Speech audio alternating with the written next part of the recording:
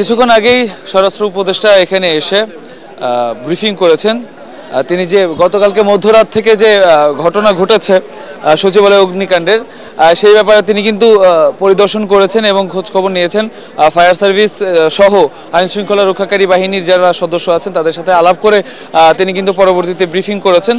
তিনি বলেছেন যে আগুনের সূত্রপাত ঠিক কী কারণে হয়েছে এবং এটা ষড়যন্ত্র কিনা যখন গণমাধ্যম কর্মীরা প্রশ্ন করেছে, তিনি বলছেন যে এই ব্যাপারে এখনো পর্যন্ত কোনো কিছু এখনই বলা সম্ভব হচ্ছে না, তবে এটাতে হাই পাওয়ার একটা তদন্ত কমিটি গঠন করা হবে বলে তিনি জানিয়েছেন এবং কত সদস্য বিশিষ্ট সেটা জানান নেই এখনো পর্যন্ত, কিন্তু তিনি জানিয়েছেন যে তদন্ত কমিটি হবে এবং তদন্ত কমিটির রিপোর্টের পরেই আসলে বলা যাবে যে এটা কি ষড়যন্ত্রমূলক কোনো ঘটনা ঘটেছে নাকি স্বাভাবিকভাবে শর্ট সার্কিট থেকে এই অগ্নিকাণ্ডের ঘটনা ঘটেছে।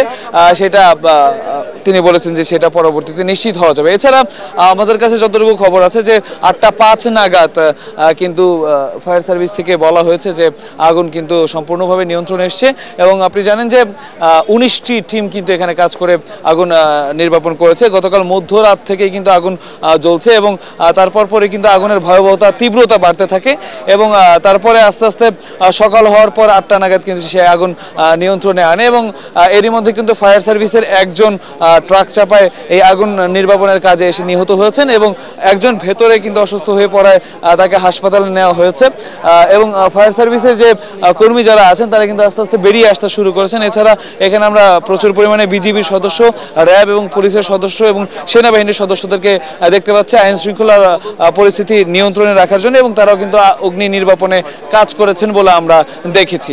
এই ছিল এখনকার মতো আমার কাছে সর্বশেষ।